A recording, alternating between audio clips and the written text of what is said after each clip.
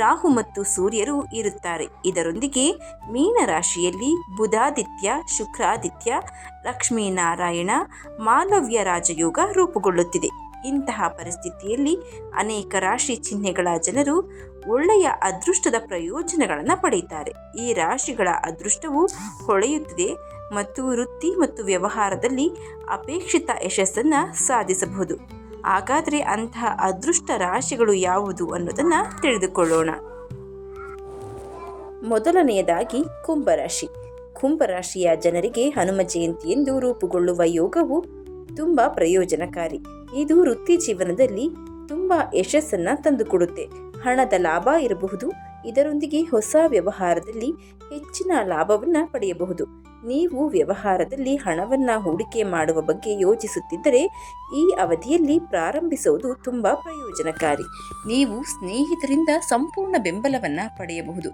ಇದರೊಂದಿಗೆ ನಿಮಗೆ ಕೆಲವು ಒಳ್ಳೆಯ ಸುದ್ದಿಗಳು ಸಿಗಬಹುದು. ನಿಮ್ಮ ಕುಟುಂಬದೊಂದಿಗೆ ನೀವು ಉತ್ತಮ ಸಮಯವನ್ನು ಕೂಡ ಕಳೆಯಬಹುದು. ವೃಷಭ ರಾಶಿ. ಈ ರಾಶಿಯ ಜನರಿಗೆ ಹನುಮ ಜಯಂತಿ ವಿಶೇಷವಾಗಿರುತ್ತೆ.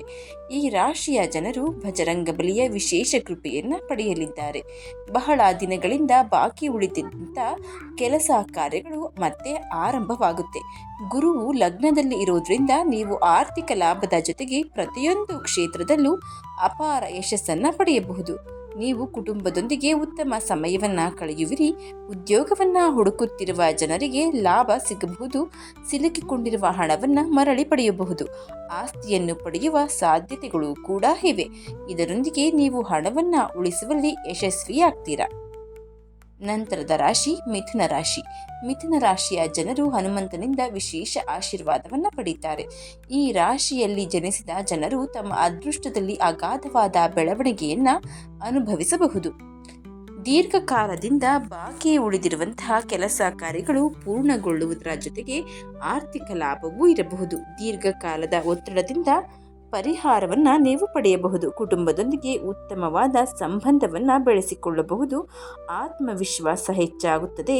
ವ್ಯವಹಾರದಲ್ಲಿ ಸಾಕಷ್ಟು ಲಾಭವನ್ನು ಪಡೆಯಬಹುದು ಹಾಗೂ ವ್ಯವಹಾರದಲ್ಲಿ ನೀವು ಬಯಸಿದಂತಹ ಯಶಸ್ಸನ್ನು ಸಾಧಿಸಬಹುದು.